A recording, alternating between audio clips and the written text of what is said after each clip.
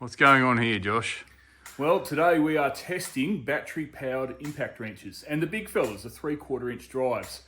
But firstly, we've got to calibrate our test equipment. So that ensures using a very large torque wrench. This is a 3/4 inch torque wrench capable of 1500 Newton meters. And so we use that to make sure our test equipment is all spot on. And what we've got here is basically a load cell in the shape of a large washer.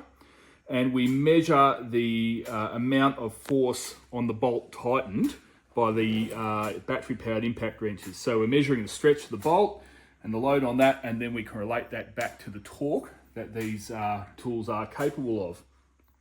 Now with the test gear calibrated, it's time to unleash some ugger duggers.